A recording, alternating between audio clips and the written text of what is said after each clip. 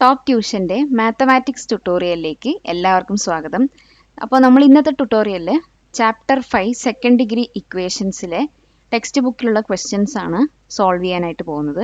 അപ്പോൾ നമ്മൾ ആദ്യം പേജ് നമ്പർ 85 അതുപോലെ തന്നെ 87 ഈ പേജുകളിലുള്ള ക്വസ്റ്റ്യൻസ് എങ്ങനെയാണ് സോൾവ് ചെയ്യുക എന്നുള്ളത് പഠിക്കാം.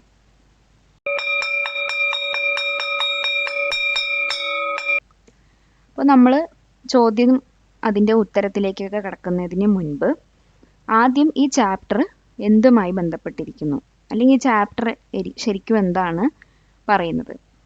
അപ്പോൾ ഈ ചാപ്റ്ററിൽ നമ്മൾ എങ്ങനെയാണ് ഒരു റിയൽ വേൾഡ് പ്രോബ്ലം അതിനെ ഒരു പോളിനോമിയൽ ഇക്വേഷൻ ആക്കുന്നതെന്നാണ്. ഇപ്പോൾ റിയൽ വേൾഡ് പ്രോബ്ലം എന്ന് ഉദ്ദേശിക്കുന്നത് ഒന്നില്ലെങ്കിൽ ഏതെങ്കിലും ഒരു ഷേപ്പിലുള്ള ഗാർഡനോ അല്ലെങ്കിൽ ഒരു പ്ലോട്ട് ഓഫ് ലാൻഡ് നമ്മളൊന്ന് കൺസിഡർ ചെയ്യുക.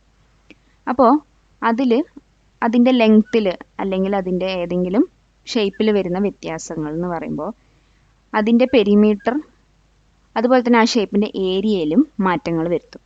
അപ്പോൾ ഇങ്ങനെ മാറ്റം വരുന്ന സമയത്ത് ഇതിനെയൊക്കെ നമുക്ക് മാത്തമാറ്റിക്കലി റെപ്രസെൻറ്റ് ചെയ്യാൻ നമ്മളൊരു സിമ്പിൾ ഓൾജിബ്രൈക്ക് എക്സ്പ്രഷൻ യൂസ് ചെയ്യും.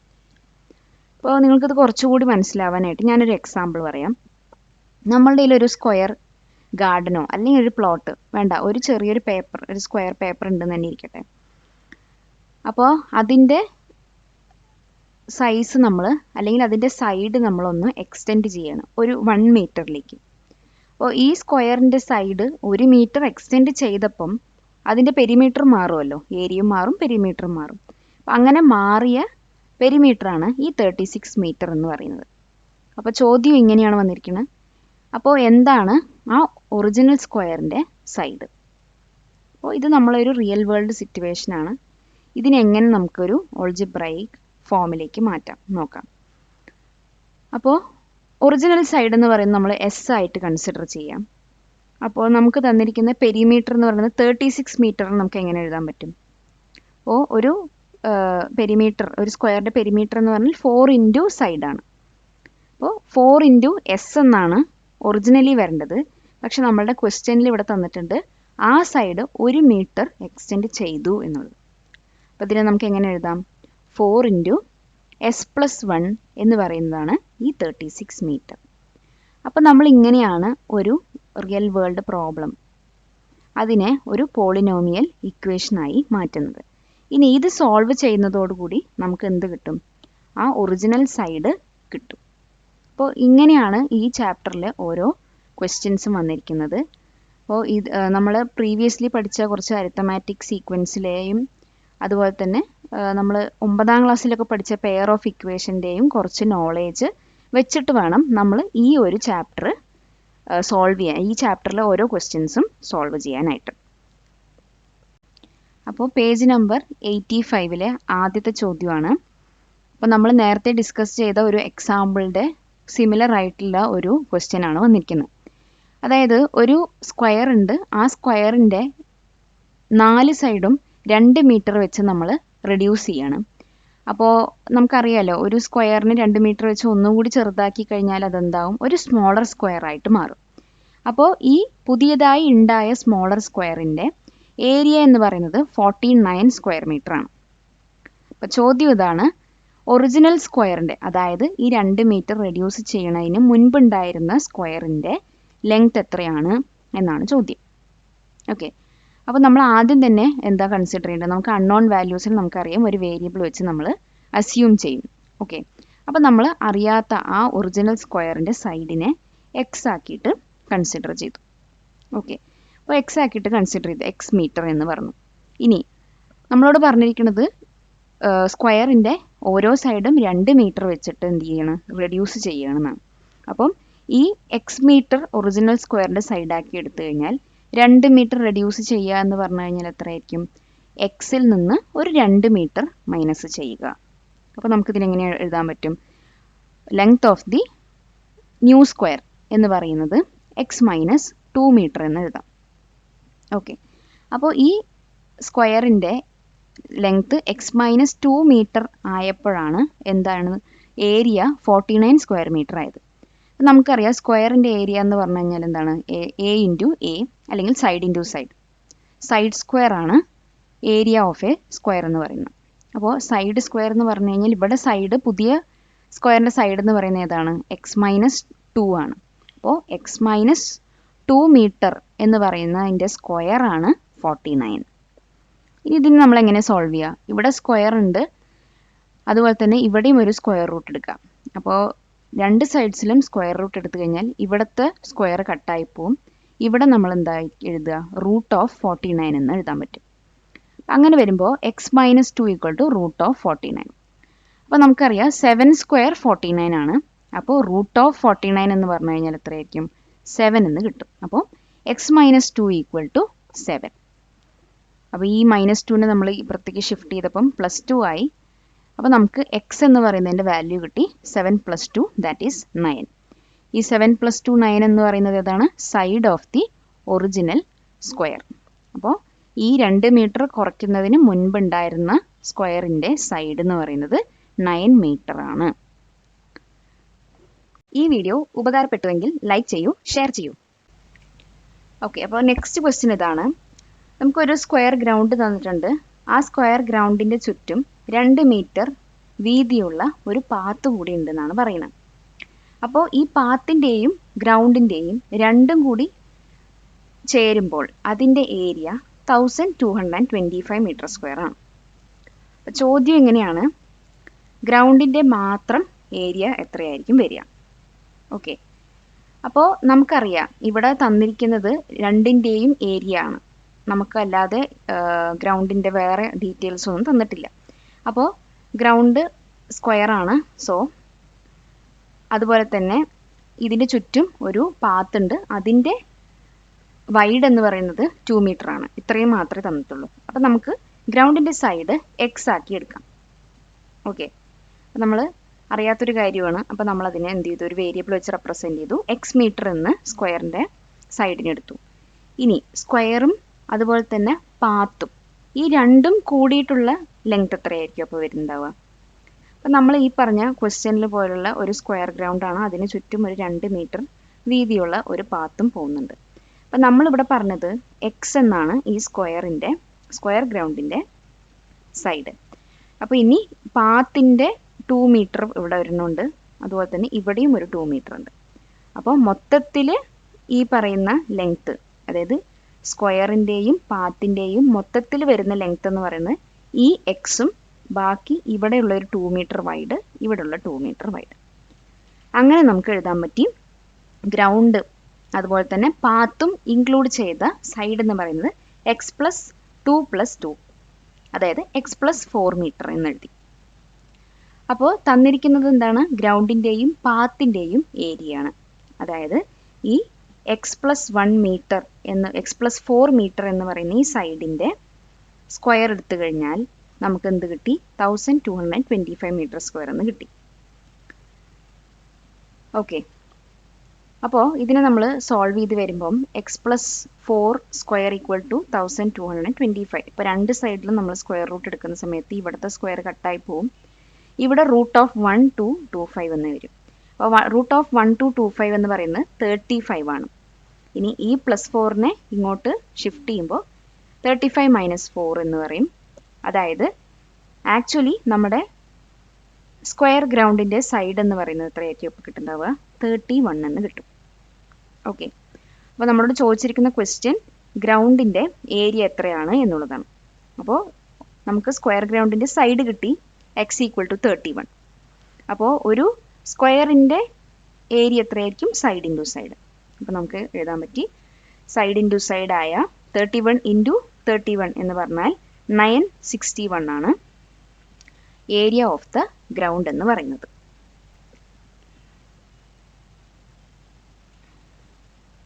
അപ്പോൾ ഗ്രൗണ്ട് മാത്രം ഉള്ള ഏരിയ 961 മീറ്റർ സ്ക്വയർ.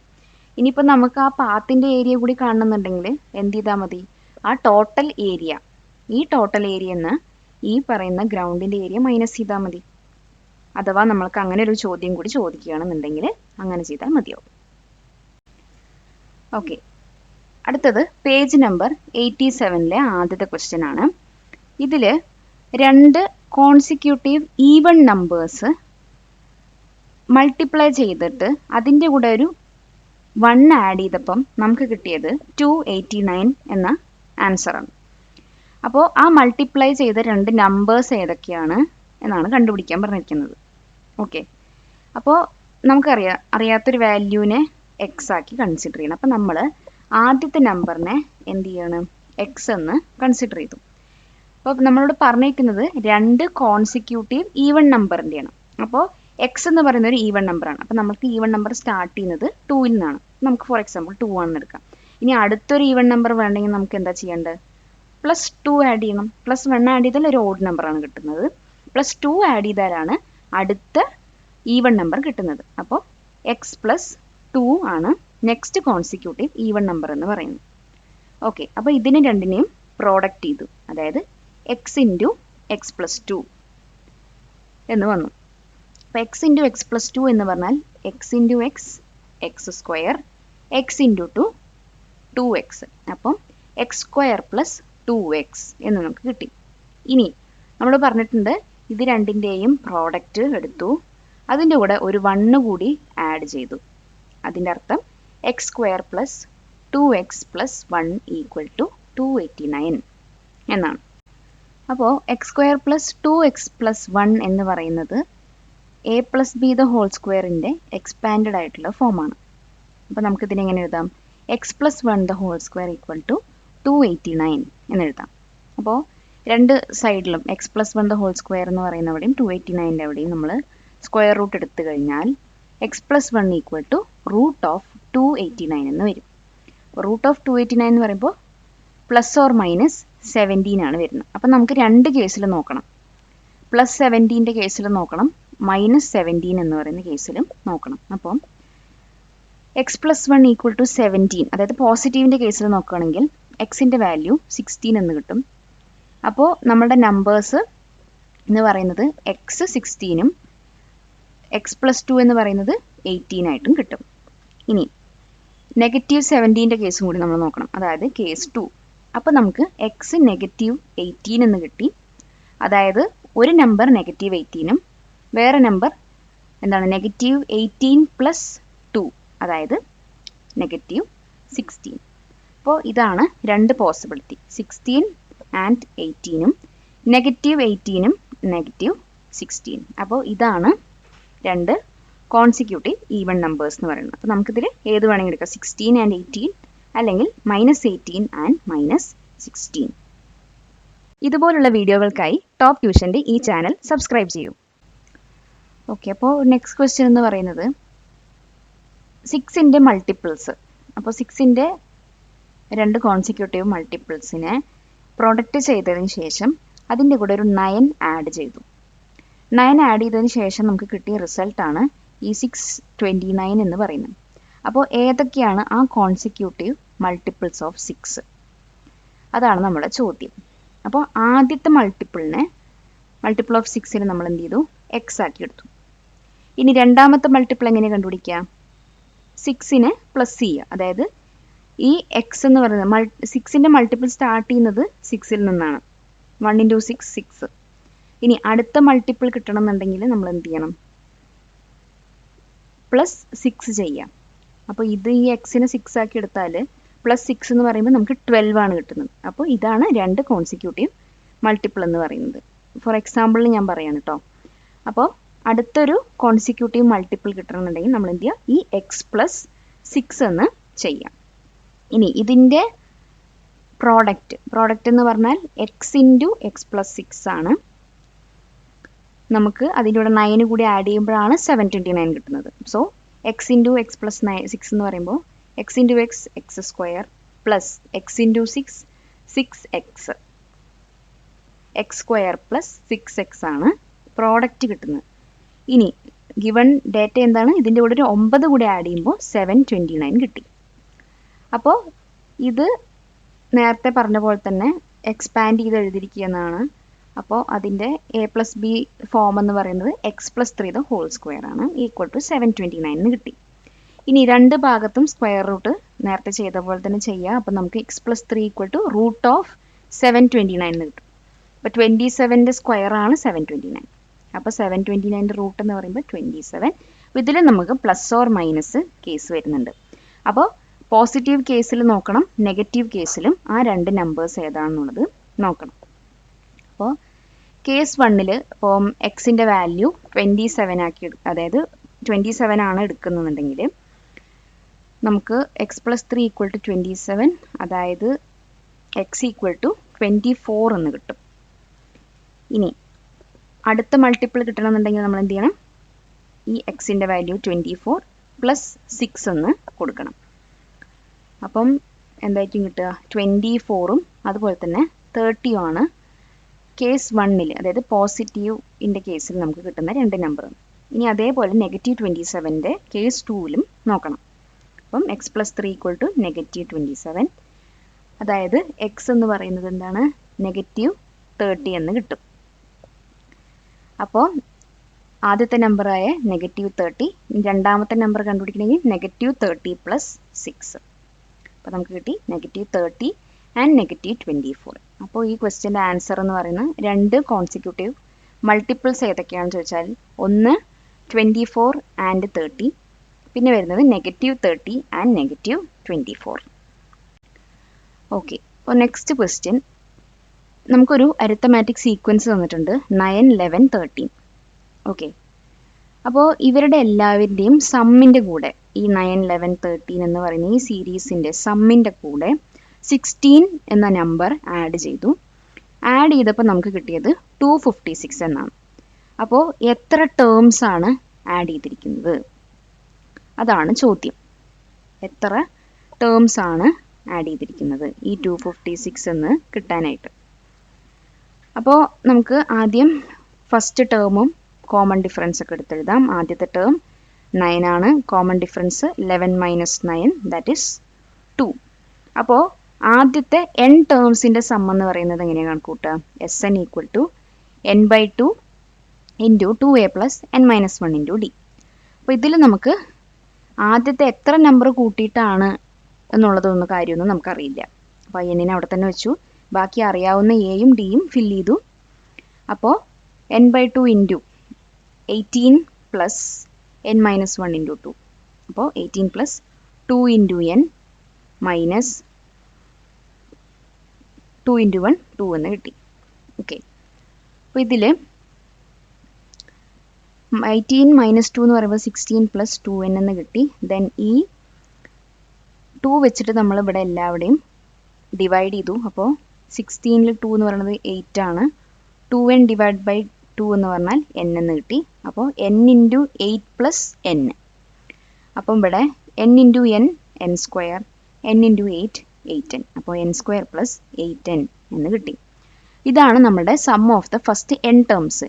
ഈ n ടേംസിൻ്റെ കൂടെ ആരിനെ ആഡ് ചെയ്തപ്പോഴാണ് 256 കിട്ടിയത്? 16 ആഡ് ചെയ്തപ്പോഴാണ് 256 കിട്ടിയത്. അപ്പം given n square plus 8n plus 16 equal to 256. അപ്പോൾ ഇത് നേരത്തെ പറഞ്ഞ പോലെ a പ്ലസ് ബിൻ്റെ ഫോമിലേക്ക് എഴുതുക. n plus 4 the whole square equal to 256 എന്ന് കിട്ടി. ഇനി രണ്ട് ഭാഗത്തും സ്ക്വയർ റൂട്ട് എടുക്കുക. അപ്പം ഇവിടെ സ്ക്വയർ കട്ടാവും, ഇവിടെ റൂട്ട് ഓഫ് 256 എന്ന് വരും. n plus 4 equal to root of 256. ഇനി 256ൻ്റെ റൂട്ട് എന്ന് പറഞ്ഞാൽ 16 അല്ലെങ്കിൽ നെഗറ്റീവ് 16 ആണ്. അപ്പോൾ നേരത്തെ ചെയ്ത പോലെ തന്നെ ഒരു പോസിറ്റീവ് കേസും ഒരു നെഗറ്റീവ് കേസും കാൽക്കുലേറ്റ് ചെയ്യാം. അപ്പോൾ ഇതിൽ n plus 4 equal to root of 256 16 ആണ്. n ഈക്വൽ ടു 16 മൈനസ് 4 12 എന്ന് കിട്ടി. ഇനി കേസ് 2 അതായത് മൈനസ് 16. അപ്പോൾ ഇതിൽ ഈ പ്ലസ് 4 ഇങ്ങോട്ട് പോകുമ്പോൾ വീണ്ടും മൈനസ് ആവും. അപ്പോൾ മൈനസ് 16 മൈനസ് 4 എന്ന് പറഞ്ഞാൽ മൈനസ് 20. ഇപ്പം നമുക്കറിയാം ഇത് ഒരിക്കലും n നമ്പർ ഓഫ് ടേംസ് എന്ന് പറയുന്നത് നെഗറ്റീവ് ആവില്ല. സോ നമുക്ക് ആ നെഗറ്റീവ് എന്ന് പറയുന്ന ഓപ്ഷൻ ഇവിടെ ക്യാൻസൽ ചെയ്യാം. അപ്പം ഇനി നമുക്ക് ബാക്കിയുള്ളത് ഏതാ? ഓക്കെ, അപ്പം 12 ടേംസ് ആഡ് ചെയ്തതിന് ശേഷമാണ് നമുക്ക് എന്ത് കിട്ടിയത്? ഈ 256 എന്ന് പറഞ്ഞ വാല്യൂ കിട്ടിയത്. ഓക്കെ, പാലക്കാട് നിവാസികളെ, ഞങ്ങളുടെ ക്ലാസ് റൂം ട്യൂഷനിലേക്ക് നിങ്ങളെല്ലാവരും സ്വാഗതം ചെയ്യുന്നു. മറ്റൊരു വീഡിയോയുമായി നമുക്ക് വീണ്ടും കാണാം.